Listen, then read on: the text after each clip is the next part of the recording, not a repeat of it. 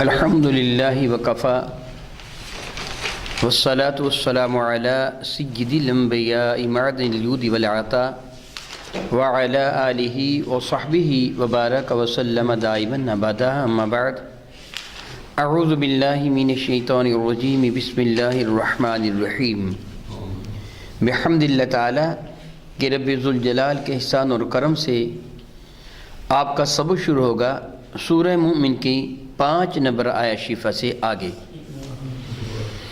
اعوذ باللہ من الشیطان الرجیم بسم اللہ الرحمن الرحیم وَكَذَلِكَ حَقَّتْ كَلِمَةُ رَبِّكَ عَلَى الَّذِينَ كَفَرُوا أَنَّهُمْ أَصْحَابُ النَّارِ وَكَذَلِكَ اور اسی طرح حقت کلمۃ ربک تیرے پروردگار کا، آپ کے پروردگار کا یہ فیصلہ ثابت ہو گیا، حق ہو گیا، نافذ ہو گیا، واجب ہو گیا علی الذین کفروا ان لوگوں پر کہ جنہوں نے کفر کیا۔ کیا فیصلہ؟ کہ انہم اصحاب النار بے شک وہ جہنمی ہیں، وہ آگ میں جلنے والے ہیں۔ رب کائنات نے یہی فیصلہ فرمایا ہے کہ ایمان والا جنت میں جائے گا اور بے ایمان کافر جہنم میں جائے گا۔ خود فرماتا وَلَقَدْ ذَرَأْنَا لِجَهَنَّمَ كَثِيرًا مِنَ الْجِنِّ وَالْإِنسِ بہت سارے ہم نے جن اور انسان پیدا ہی جہنم کے لیے کیے ہیں۔ لَهُمْ قُلُوبٌ لَا يَفْقَهُونَ بِهَا ظاہراً ان کے دل ہیں مگر فہم و شعور سے آری۔ رب کائنات جل وعلا نے یہ نہیں کہ معاذ اللہ تعالیٰ ان کو جہنم کے لیے مجبور کیا ہے، نہیں، یہ بات نہیں ہے، بلکہ رب کائنات جل وعلا کا علم چونکہ ازلی ہے، ابدی ہے، سرمدی ہے، اس لیے وہ انسان کی تخلیق کے وقت سے ہی جانتا ہے، اس کی روح کی تخلیق کے وقت سے جانتا ہے کون کہاں جانے والا ہے۔ باب القدر والایمان مشکاشی میں حدیث برکہ ہے، میرے اور آپ کے کریم آقا تاجر ارب و عجم شفیع معظم رحمت عالم صلی اللہ علیہ وسلم صحابہ کے پاس تشریف لائے تو میرے کریم آقا کے دونوں ہاتھوں میں 2 کتابیں تھیں۔ اس زمانہ میں کتابیں اس طرح نہیں چھپا کرتی تھی جس طرح آج کل چھپا کرتی ہیں، اس طرح اس زمانہ میں نہیں چھپا کرتی تھیں۔ میرے کریم فرمانے لگے تم جانتی ہو یہ دونوں کتابیں کیا ہیں؟ تو صحابہ کرام نے کیا اللہ و رسول عالم، اللہ جانتا ہے یا اللہ کا رسول جانتا ہے، ہم تو نہیں جانتے۔ میرے اور آپ کے کریم آقا رسول رحمت صلی اللہ علیہ وسلم نے دائیں ہاتھ والی کتاب کے لیے ارشاد فرمایا اس کتاب میں سارے کافروں کے نام ہیں، ان کے دائیں ہاتھ والی کتاب کے لیے فرمایا اس میں سارے جنتیوں کے نام ہیں، ان کے باپوں کے نام ہیں، ان کے قبیلوں کے نام ہیں، آخر میں ٹوٹل کر دیا گیا۔ اور بائیں ہاتھ والی کتاب کے لیے ارشاد فرمایا اس پہ سارے جہنمیوں کے نام ہیں، ان کے باپوں کے نام ہیں، ان کے قبیلوں کے نام ہیں، اور آخر میں ٹوٹل کر دیا گیا ہے نہ ادھر سے نکل کر کوئی ادھر جائے گا، نہ ادھر سے نکل کر کوئی ادھر جائے گا، فیصلہ ہو چکا ہے، گویا قلم خشک ہو چکا ہے، جو لکھنا تھا وہ لکھا جا چکا ہے۔ جب رب کائنات نے قلم کو پیدا فرمایا تھا اسی وقت اسے حکم دیا تھا کہ لکھ، اس سے عرض کیا تھا میں کیا لکھوں، تو حکم ہوا تھا ما کانا وما ہوا کائن الی الابدی، جو ہو چکا ہے وہ بھی لکھ دیں اور جو قیامت تک ہوگا وہ بھی تحریر کر دیں۔ وہ جو ہو چکا وہ بھی لکھ دیا، جو آئندہ ہونے والا تھا وہ بھی لکھ دیا۔ اللہ تعالیٰ جل وعلا جانتا ہے کس سے کہاں جانا ہے اور کس کے اعمال کیسے ہوں گے، یہی اس نے لکھا ہوا ہے۔ ارشاد گرامی قدر فرماتے ہیں الذین یحملون العرش، وہ فرشتے کہ جنہوں نے عرش الہیہ کو اٹھا رکھا ہے، سبحان اللہ تعالی و بحمدہ، وہ جو قرب خاص کی منزل میں رہتے ہیں۔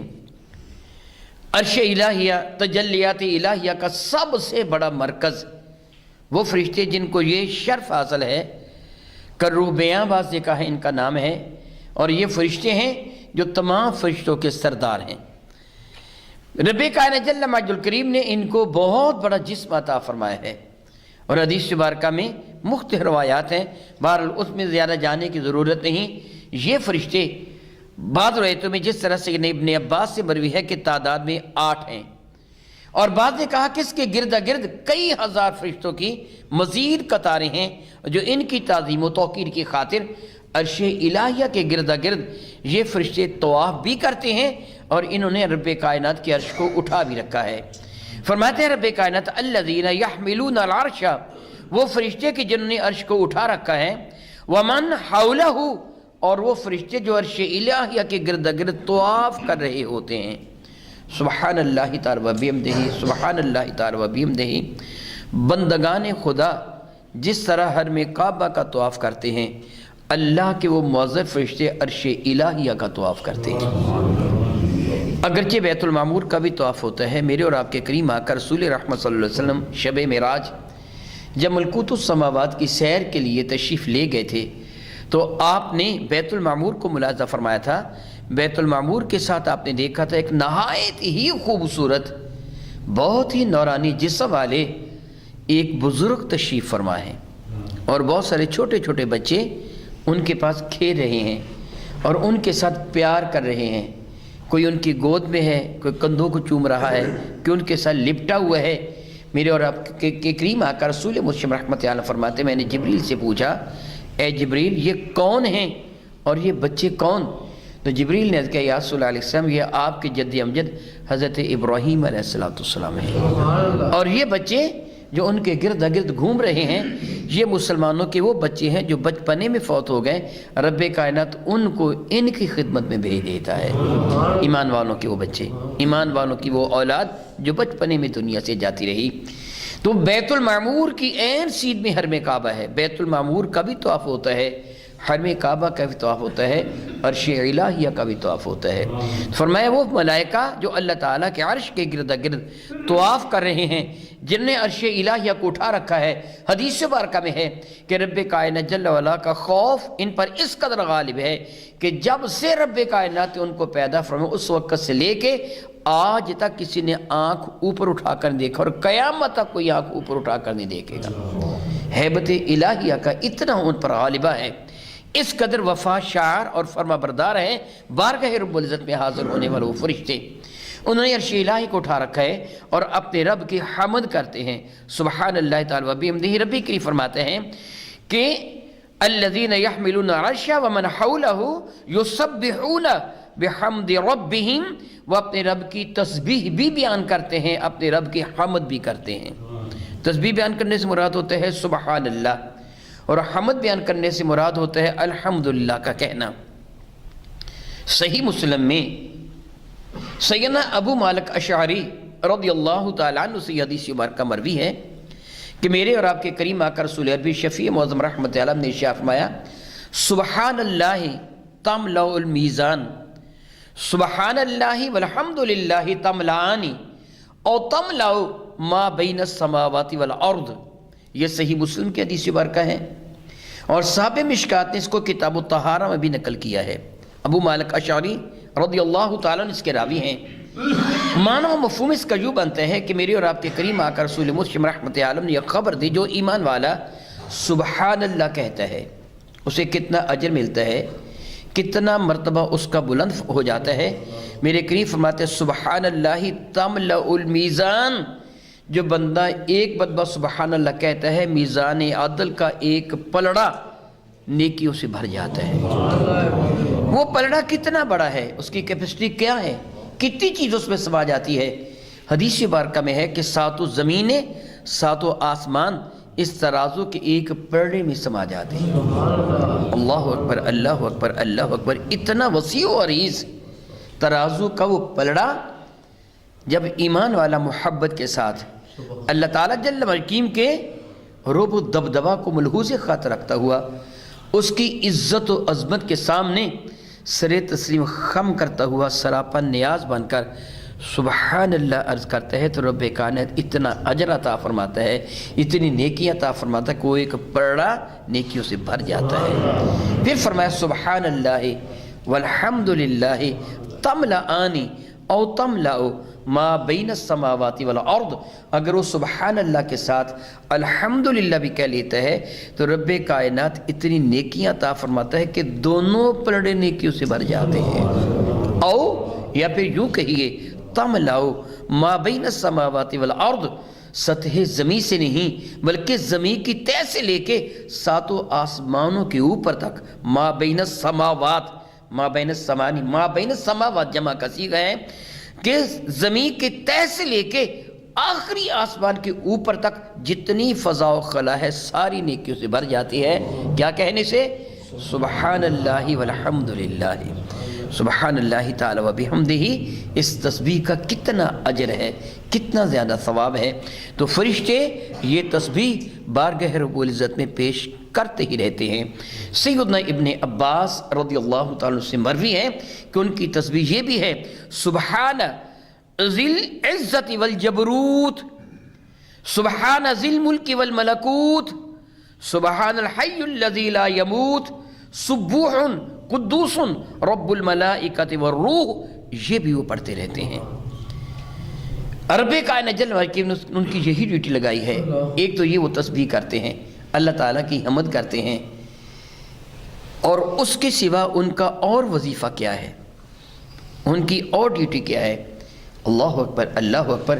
مبارک ہو ایمان والو، میرے نبی کے دامن کرم سے وابستہ ہونے والو، رب کائنات نے تمہیں کتنی نعمتوں سے نوازا۔ اللہ کے کائنات ارشاد فرماتے ہیں وَيُؤْمِنُونَ بِهِ، وہ اللہ پر ایمان بھی لاتے ہیں۔ ان بدبختوں کی تردید ہیں جو فرشتوں کو معاذ اللہ تعالیٰ اللہ کا شریک سمجھتے ہیں یا اللہ کی بیٹیاں گردانتے ہیں، ان کی تردید ہے کہ فرشتے تو ایمان والے ہیں، تم بے ایمان ہو، مشرک ہو۔ فرشتوں کے لیے طرف اس چیز کی نسبت کرنا ہی حرام ہے۔ فرشتہ تو اللہ تعالیٰ کا فرما بردار ہے، وہ تو اللہ کے حکم کے تابع ہے۔ فرماتے ہیں ان کی ڈیوٹی کیا ہے؟ وَيَسْتَغْفِرُونَ لِلَّذِينَ آمَنُوا، فرشتے ایمان والوں کے لیے طلب استغفار بھی کرتے رہتے ہیں، اے اللہ ایمان والوں کی بخشش فرما دے، اے اللہ تعالیٰ ایمان والوں کی مغفرت بھی فرما دے۔ تو یہ وہ فرشتے ہیں نا جو عرش الہیہ کا طواف کرتے ہیں۔ سبحان اللہ تعالی و بحمدہ، سبحان اللہ تعالی و بحمدہ۔ رب کائنات کا کتنا کرم ہے میرے نبی کے امتیوں پر، یہ یہاں خواب خرگوش کے مزے لے رہے ہوتے ہیں، دنیاوی کاموں میں مشغول و مصروف ہوتے ہیں، اور اللہ کے فرشتے ان کے لیے دعائیں مغفرت کر رہے ہوتے ہیں۔ اللہ اکبر، اللہ اکبر، اللہ اکبر۔ اے کاش کہ یہ احساس ہمارے اندر بیدار ہو جائے تو ہم کتنے گناہوں سے بچ جائیں گے۔ کوئی گناہ کرنے سے قبل حیا کر لیجئے، میں گناہ کرنے لگا ہوں، رب کا فرشتہ میرے لیے طلب استغفار کر رہا ہے، میں کیوں بدبخت ہو رہا ہوں، میں کیوں گناہ کر رہا ہوں، مجھے اس سے بچ جانا چاہیے۔ یہی نہیں، میرے اور آپ کے کریم آقا ربی ذوالجلال کے محبوب حضور رسول رحمت صلی اللہ علیہ وسلم کے ارشاد گرامی قدر کا مفہوم بنتا ہے، جو بندہ باوضو اللہ کا ذکر کرتے کرتے سو جاتا ہے، رب ذوالجلال اس کے سرحانے بھی فرشتے کی ڈیوٹی لگا دیتا ہے جو ساری رات اس کے لیے طلب استغفار کرتا رہتا ہے۔ تو کتنا خوش قسمت ہے۔ آخر کوئی تو بات تھی کہ حضرت سیدنا موسیٰ کلیم اللہ جیسے اولو العزم پیغمبر نے بارگاہ رب العزت میں عرض کیا تھا، مولا تعالیٰ مجھے بھی اس محبوب کا امتی بنا لے کہ جس کی امت پر تیری اتنی رحمتوں کا نزول ہے، اتنی کرم نوازیاں تو نے اس امت پہ فرما دیں۔ رب ذوالجلال فرماتا ہے وَيَسْتَغْفِرُونَ لِلَّذِينَ آمَنُوا، ایمان والوں کے لیے وہ رب کائنات کے حضور ہمیشہ استغفار کرتے رہتے ہیں، اور کیا عرض کرتے ہیں؟ سبحان اللہ، سبحان اللہ، سبحان اللہ۔ سکھانے والا بھی وہ خالق، عطا کرنے والا ہے کائنات میں کوئی ایسا کہ عطا کرنے والا مانگنے کا طریقہ بھی خود ہی سکھاتا ہے۔ اس انداز سے مجھ سے مانگو، میں اپنی عنایت بے پایاں کے دروازے تمہارے لیے کھول دوں گا، اپنی رحمتوں کے خزانے تم پہ لوٹا دوں گا، اس انداز سے مانگو۔ فرشتوں کو بھی کس انداز سے مانگنے کا اس خالق نے، اس کریم نے، اس جواد نے کس انداز سے حکم دیا؟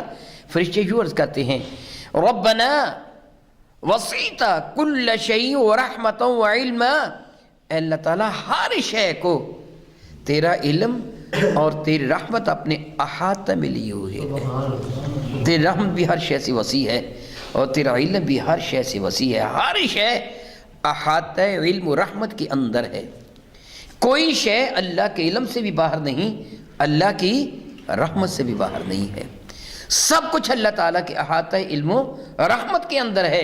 اے اللہ تعالیٰ تو جانتا ہے کون کیسا ہے، کون کیسا نہیں ہے، اے رب کائنات تجھے پتہ ہے کون تیرے محبوب کا امتی ہے، کون منافق ہے، مولا تعالیٰ ایمان والوں پر اپنی رحمت نازل فرما دے، ان کو اپنی عنایت بے پایہ سے نواز دے۔ فاغفر للذین تابوا، مولا تعالیٰ جو تیرے حضور توبہ کرنے والے ہیں تو ان کی مغفرت فرما دے۔ اللہ اکبر، اللہ اکبر۔ توبہ کا معنی رجوع کرنا ہوتا ہے۔ توبہ کرنے والا اگر توبہ کرنا چاہتا ہے تو اس کے لیے شرط ہے کہ اس کا اس سلسلے میں عقیدہ مستحکم ہو، جو جرم اس نے پہلے کیا ہے، جو جرم جس گناہ سے وہ توبہ کرنا چاہتا ہے، اس سے مکمل طور پر کنارہ کش ہو جائے، مکمل طور پر کنارہ کش ہو جائے، اور اپنے ذہن میں یہ پختہ ارادہ کر لیں، میرے جسم کے ٹکڑے ٹکڑے تو ہو جائیں تو میں قبول کر لوں گا، مگر جس جرم سے میں توبہ کر رہا ہوں یہ جرم دوبارہ سرزد نہیں ہوگا، میں کبھی بھی یہ جرم دوبارہ نہیں کروں گا۔ اور پھر اس کو اپنے رب کی رحمت پر امید بھی ہو کہ میرا رب میری توبہ کو قبول فرما لے گا، یہ بھی اس کو اپنے رب کی رحمت پر یقین ہو تو رب کائنات توبہ کو قبول فرما لیا کرتا ہے، اپنی رحمتوں کا نزول فرما دیتا ہے۔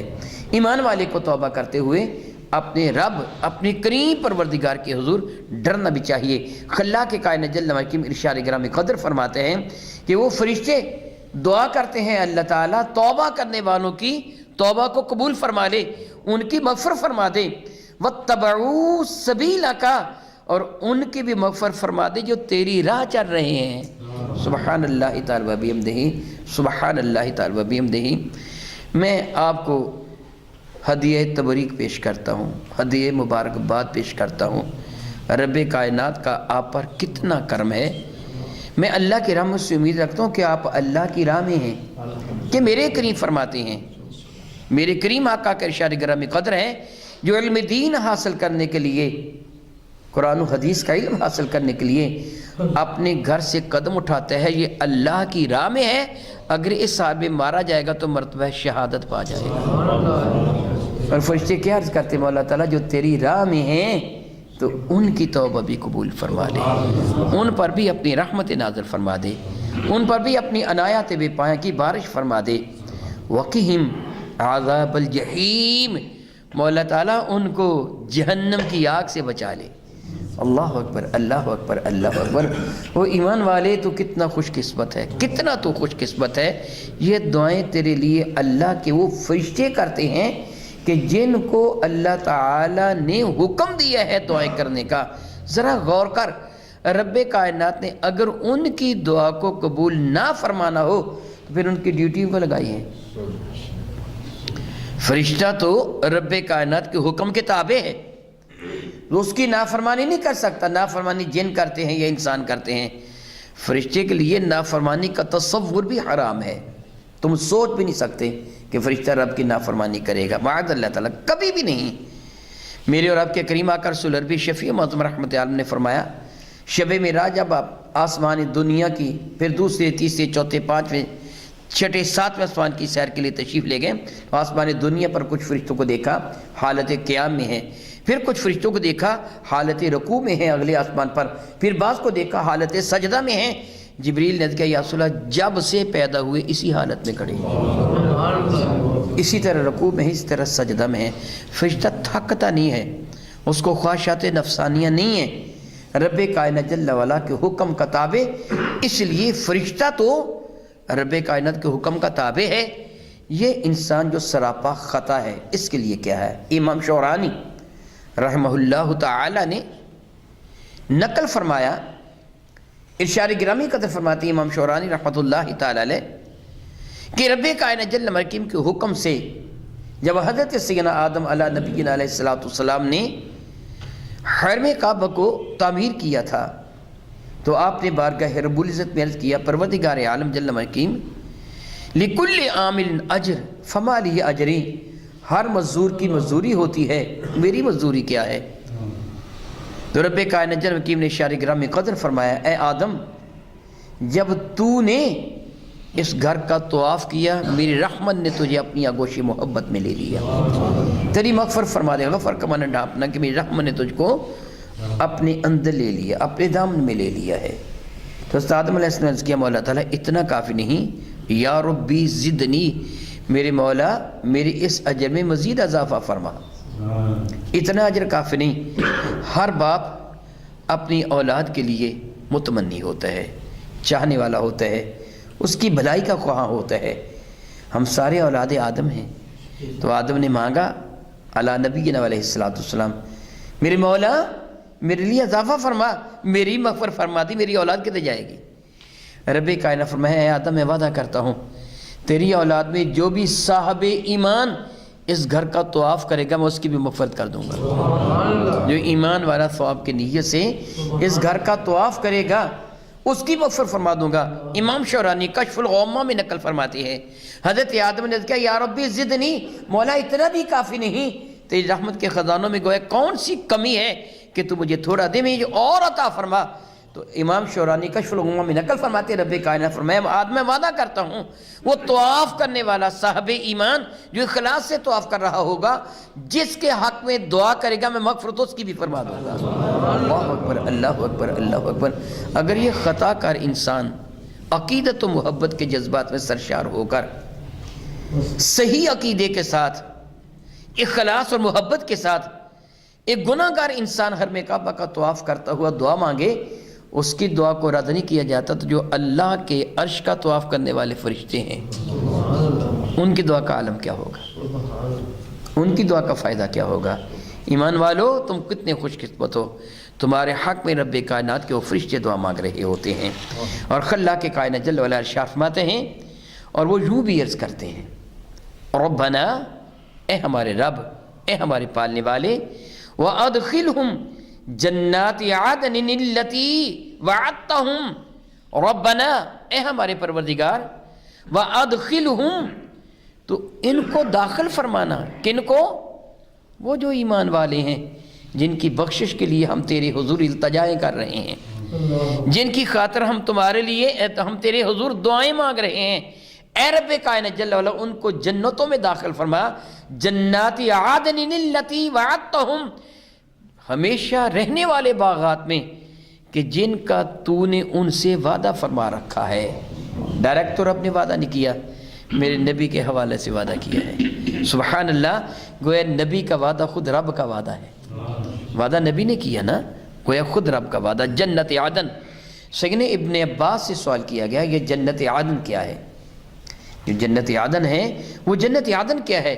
فرمانے لگے وہ سونے کے محلات، وہ باغات جن میں انبیاء علیہ السلام تشریف فرما ہوں گے، اور پھر ان کی غلامی میں آنے والے وہ خصوصی طور پر نیک آدمی جن کو رب کائنات صلحاء، وہ لوگ جن کو خلاق کے کائنات اپنا خصوصی کرم عطا فرمائے گا وہ اس جنت میں ہوں گے۔ یہاں مجھے ایک اور حدیث مبارکہ یاد آئی جسے صاحب تفسیر مداری علامہ ثناء اللہ پانی پتی نے اپنی مشہور زمانہ تفسیر مظہری کے 18ویں پارے کی پہلی آیت مبارکہ کے تحت قد افلح المؤمنون کے تحت نقل کیا۔ حدیث مبارکہ کو یوں ہے کہ میرے اور آپ کے کریم آقا رب کائنات کے محبوب حضور رسول رحمت صلی اللہ علیہ وسلم نے ارشاد فرمایا کہ جب رب کائنات نے جنت عدن کو پیدا فرمایا تو اسے حکم دیا میرے ساتھ گفتگو کر، میرے ساتھ بات کر۔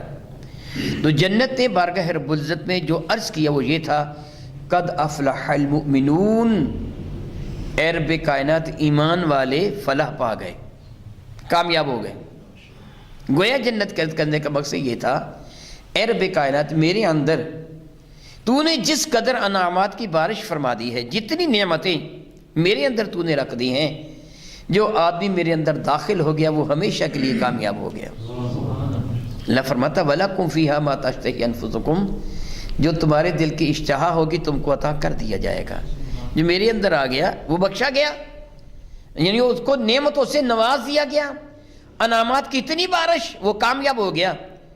تو میرے کریم فرماتے ہیں رب کائنات نے جنت کا جواب دیا ہے جنت سن، قسم ہے مجھ کو میری عزت کی، قسم ہے مجھ کو میرے جلال کی، قسم مجھ کو میرے علو مرتبت کی، قسم مجھ کو میرے اعلیٰ مقام کی، میں کسی بخیل کو تیرے اندر داخل نہیں ہونے دوں گا۔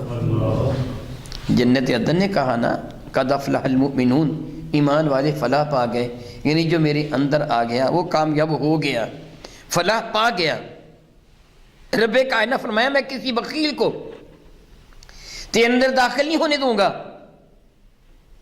ایک دن کا ذکر ہے میرے اور آپ کے کریم آقا نے حضرت سیدنا علی المرتضیٰ کرم اللہ تعالی وجہ کو ارشاد میں الا انبئکم من ابخل الناس، حسن المزراوی ہیں، صحابہ بھی حاضر ہوں گے جو فرمایا الا انبئکم، کیا میں تم کو بتاؤں من ابخل الناس، انسانوں میں سب سے بڑا بخیل کون ہے؟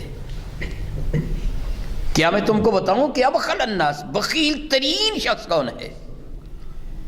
ظاہر ہے اگر عام بخیل جنت میں نہیں جائے گا، جو سب سے بڑا بخیل ہے وہ جنت پہ چلا جائے گا؟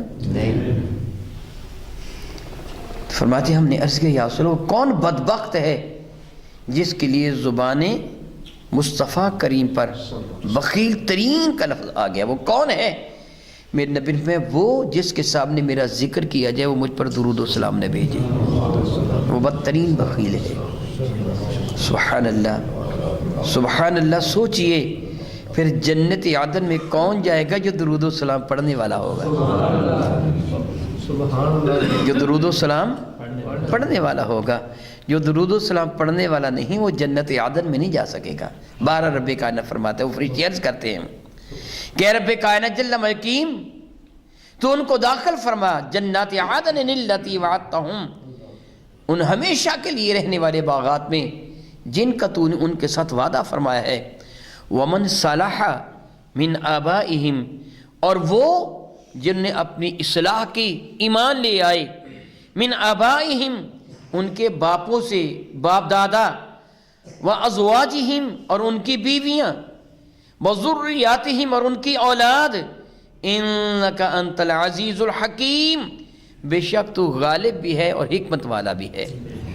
سیدنا سعید بن جبیر رضی اللہ عنہ سے مروی ہے کہ قیامت کو جب اللہ تعالیٰ جل وعلا اہل ایمان کو اپنی عنایات بے پایا سے، اپنی شان رحمت کے تصدق یا میرے نبی کی شفاعت سے جنت عطا فرمائے گا، تو وہ جنتی جسے جنت میں اعلیٰ مقام ملے گا وہ اپنے حسین و جمیل محل کو دیکھے گا، خوبصورت باغات کو دیکھے گا، اس کے دل میں خواہش چٹکی لے گی، وہ عرض کرے گا پروردگار عالم میرے ابا جی کہاں ہیں، میری امی کہاں ہیں، وہ بھی دیکھتی میرا گھر کتنا پیارا ہے، میں ان کو بھی اپنے ساتھ رکھنا چاہتا ہوں۔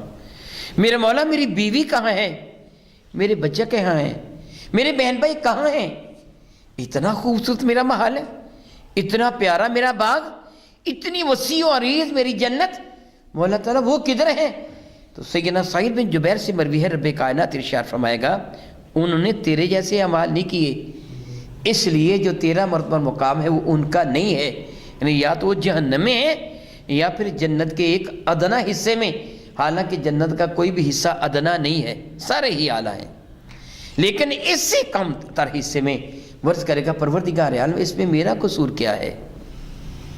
سبحان اللہ۔ اس کے دل میں یہ خواہش پیدا کون کرے گا؟ میرا اللہ ہی تو پیدا کرے گا۔ کتنا کریم ہے میرے آقا کی امت کے لیے، کتنا کریم ہے، کتنا کریم ہے، کتنا کریم ہے، یہ اس کے دل میں خواہش بھی اللہ ہی پیدا کرے گا۔ وہ اپنے رب سے یہ عرض کرے گا، میرا پروردگار ارشاد فرمائے گا اے فرشتوں اس کے ماں باپ کو، اس کے بہن بھائیوں کو جہاں بھی ہیں، خواہ وہ جہنم میں ہے یا جنت کے دوسرے درجہ میں، اس کے پاس سب کو پہنچا دو۔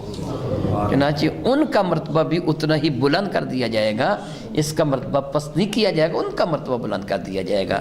سبحان اللہ تعالی و بحمدہ۔ رب کائنات جل وعلا ارشاد فرماتے ہیں، وہ عرض کریں گے مولا تعالیٰ ومن صلح من آبائہم وازواجہم وذریاتہم انک انت العزیز الحکیم، اس پہ شک نہیں کہ تو غالب ہے اور زبردست قوتوں والا ہے، سبحان اللہ، اور حکمت والا ہے، یعنی زبردست قوتوں والا، عزیز بھی ہے اور حکیم بھی ہے، حکمت والا بھی ہے کہ تو جو فرماتا ہے، جو کرتا ہے، اس کی مثال ہے ہی نہیں ہے۔ سبحان اللہ و بحمدہ۔ یہ رب کائنات نے آج خبر دی میرے نبی کی زبان وحی ترجمہ سے، ایمان والو فرشتے تمہارے لیے یہ کچھ مانگ رہے ہوتے ہیں، دیکھو تمہارے رب کا کرم، اور کتنے تعجب کی بات ہے، اور انسان تو کتنا بے وقوف ہے، اتنے کریم پروردگار کے حضور سجدہ میں ساتھ نہیں رکھتا ہے، تو کبھی سجدے سے سر اٹھائے ہی نہیں، تو کبھی بھی نماز قضا نہ کرے، اتنا کریم اللہ، اتنا کریم، اتنی رحمت نازل فرمانے والا، اور تو حق کے شکر بھی ادا نہیں کر سکتا، تجھ پہ لازم بنتا ہے کہ اتنے کریم پروردگار کی تو کبھی نافرمانی نہ کرے، اس سے تو وفا کرے جو تیرے لیے اپنی رحمتوں کے دروازوں کس طرح واہ فرمائے ہوئے ہے۔ ارشاد گرامی قدر فرماتے ہیں، وہ فرشتے عرض کرتے ہیں واقعہم السیئات، مولا تعالیٰ ان کو گناہوں سے یا سزاؤں سے بچا لینا۔ سیئات کا معنی گناہ بھی ہوتا ہے، جرم بھی ہوتا ہے، اور اس کی سزا بھی، کیونکہ سزا بھی تو اچھی چیز نہیں ہے نا، سزا بھی تو بری شے ہے نا، سیاح کا معنی برائی ہوتا ہے، سزا بھی بری شے ہے، یعنی ان کو دنیا میں گناہوں سے بچا لے، آخرت میں جہنم کی آگ سے بچا لے۔ سبحان اللہ، یہ فرشتے تیرے لیے دعا کرتے ہیں، میرے لیے دعا کرتے ہیں، میرے نبی کے ہر امتی کے لیے دعا کرتے ہیں۔ یہ بھی یاد رکھیے، میرے اور آپ کے کریم آقا کے ارشاد گرامی قدر ہے، خیر الناس من ینفع الناس، انسانوں میں بہترین انسان وہ ہے جو دوسرے انسانوں کے کام آتا ہے۔ میرے نبی اس بندے سے بڑی محبت کرتے ہیں جو میرے نبی کی امت کے لیے دعا مانگتا ہے، جو میرے نبی کی امت کے لیے دعا مانگتا ہے۔ اپنی عادت بنا لیجئے، جب بھی آپ دعا مانگے تنہا اپنے لیے نہیں، عرض کریں مولا تعالیٰ میرے نبی کی ساری امت پہ رحمت نازل فرما دے، میرے نبی کی امت کی مشکلات کو دور فرما دے، تو رب کائنات کی رحمتوں کا تم پر نزول ہو جائے گا۔ اللہ تعالیٰ مانگنے والوں کو تہی دست نہیں رہنے دیتا، ان کی جھولیوں کو بھی اپنی عنایات سے بھر دیتا ہے۔ میرے اور آپ کے کریم آقا کے ایک اور ارشاد گرامی قدر یہاں میرے ذہن میں آ گیا، میرے کریم فرماتے ہیں جو آدمی کسی کو بتائے بغیر جو بندہ اس کے حق میں دعا مانگتا ہے، اپنے مسلمان بھائی کے حق میں، اس کو بتاتا نہیں ہو بھائی میں تیرے لیے دعا مانگ رہا ہوں، تنہائی میں بیٹھ کر کبھی اس کے حق میں دعا مانگتا ہے، اے اللہ میرے فلاں بھائی پر، مسلمان بھائی پر، خواہ وہ سگا بھائی ہے یا متلقن مسلمان بھائی، اے اللہ اس پہ رحمت نازل فرما، تو میرے کریم علیہ السلام کے ارشاد گرامی قدر کا مفہوم بنتا ہے، رب ذوالجلال اس کے قریب ایک فرشتے کی ڈیوٹی لگا دیتا ہے، فرماتا ہے میرے فرشتے اس کی اس دعا پر آمین بھی کہہ، اور ساتھ یہ تو کہہ مولا تعالیٰ جو یہ اپنے بھائی کے لیے مانگ رہا ہے اس سے دگنا اس کو بھی عطا کر دے۔ رب بہت راضی ہوتا ہے جو بندہ میرے نبی کی امت کا بھلا چاہتا ہے، جو ان کی بھلائی چاہتا ہے، رب کائنات سے بڑا راضی ہو جاتا ہے۔ تو فرشتے عرض کرتے ہیں وقیم السیئات، مولا تعالیٰ ان کو دنیا میں گناہوں سے بچا لے، آخرت میں عذاب سے بچا لے، ومن تقی السیئات، اور جس کو تو نے سزاؤں سے، جرموں سے بچا لیا، یومئذ آج کے دن، قیامت کے دن، فقد رحمتا، تو بے شک اس پہ تو نے بے شمار رحمت نازل فرما دی، وہ تیری رحمت کے دامن میں آ گیا۔ اے اللہ تو اپنے محبوب مکرم کے صدقہ سے ہمارا حشر انہی لوگوں میں فرمانا، جن کو اپنے دامن کرم میں پناہ دے گا، جن کو تو اپنی عنایت بے پایہ سے نوازے گا، مولا تعالیٰ قیامت کے دن ہمارا حشر تو ان کے ساتھ فرمانا، بے شک وہ تیری رحمت میں آ گیا، وَذَلِكَ هُوَ الْفَوْزُ الْعَظِيمُ، اور یہی بہت بڑی کامیابی ہے، حق بھی یہی ہے، اس سے بڑھ کر کامیابی اور کیا ہو سکتی ہے۔ ذرا غور کریں، میرے کریم آقا کے صحابہ جو میرے نبی کے دامن کرم سے وابستہ ہوئے تھے، کفار مکہ نے ان پر ظلم و ستم کے پہاڑ توڑے، دیکھتے ہوئے کوئلوں پہ ان کو لٹایا، آگ کی طرح تپتی ہوئی ریت پر ان کو لٹا کر سینوں پر بھاری برکم پتھر رکھے، معاذ اللہ روغن زیتون شدید گرم کر کے ان کے کانوں میں ڈالا۔ بعض وہ خواتین تھیں ان کی غلام کہ جن کی آنکھوں میں آگ کے سلاخیں گرم کر کے آگ میں ان کی آنکھوں میں چبو دیں، اور بعض کو شہید تک کر دیا گیا، وہ بھی کہ جن کو اونٹوں کے درمیان باندھ کر چیر دیا گیا، جس سیدنا سمیہ رضی اللہ تعالی عنہ۔ آخر ظلم کتنی دیر ہوا ہوگا؟ مثلا 10 سال، 15 سال، 20 سال، کتنی دیر حزب لال پر ظلم ہوا ہوگا؟ حالانکہ اتنا نہیں، میرے نبی 13 سال مکہ مکرمہ میں رہے ہیں، اور حضرت بلال رضی اللہ تعالیٰ کو مکہ مکرمہ میں ہی حضرت سیدنا صدیقہ کو نے خرید کر بارگاہ بے کسفنہ میں پیش کر دیا تھا۔ کتنا عرصہ ظلم کیا ہوگا، لیکن اس وقت سے لے کے آج تک وہ ظالم جہنم کی آگ میں جل رہے ہیں۔ حضرت بلال اور میرے آقا کے دوسرے صحابے جنت کی نعمتوں سے لطف اندوز ہو رہے ہیں، پھر کامیاب کون ہوا؟ پھر کامیابی کس کا مقدر بنا؟ دنیا کی یہ آزمائشیں، دنیا کی یہ تکالیف، دنیا کی الجھنیں یہ عارضی ہیں، تو ان کو قبول کر لے، رب کائنات تجھے مستقل طور پر جنت عطا فرما دے گا۔ آج تو اس کا حکم مان لے، اور قیامت کے دن کے لیے وہ فرماتے ہیں جب جنت میں داخل کیا جائے گا وَلَكُمْ فِيهَا مَا تَشْتَهِي أَنفُسُكُمْ وَلَكُمْ فِيهَا مَا تَدَّعُونَ، جو تمہارے دل میں خواہش پیدا ہوگی، تمہاری زبان پر وہ کلمات خواہش آنے سے پہلے تمہارا رب تم کو عطا فرما دے گا۔ وَلَكُمْ فِيهَا مَا تَدَّعُونَ، جو مانگتے چلے جاؤ گے تم کو عطا ہوتا چلا جائے گا۔ سب سے بڑھ کر کامیابی کیا ہوگی؟ میرے نبی کا دیدار ہوگا، رب کائنات کا دیدار ہوگا، تو یقیناً ذالک هو الفوز العظیم، اور یہ بہت بڑی کامیابی ہے۔ اے رب کائنات تو بھی عظیم ہے، تیرے محبوب بھی عظیم ہے، تیری رحمت بھی بے پایا ہے، تو نے اپنے نبی کو بھی رحمت اللہ عالمین بنا دیا۔ مولا تعالیٰ تیرا شکر ہے کہ تو بھی کریم ہے، تیرے محبوب بھی کریم ہے، اور ہم دو کریموں کے درمیان ہیں۔ مولا تعالیٰ تو اپنی شان کریمی کے صدقہ سے، اپنے محبوب مکرم کی شان رحمت کے صدقہ سے ہمارا حشر ان میں فرمانا جن کے لیے تو نے فوز عظیم کا وعدہ فرمایا ہے، جن کے لیے تو فرماتا ہے وَذَلِكَ هُوَ الْفَوْزُ الْعَظِيمُ۔ مولا تعالیٰ ہمیں بھی ان میں شامل فرمانا، او کما قال اللہ تبارک و تعالی، واللہ تعالی اعلم باسرار کتاب۔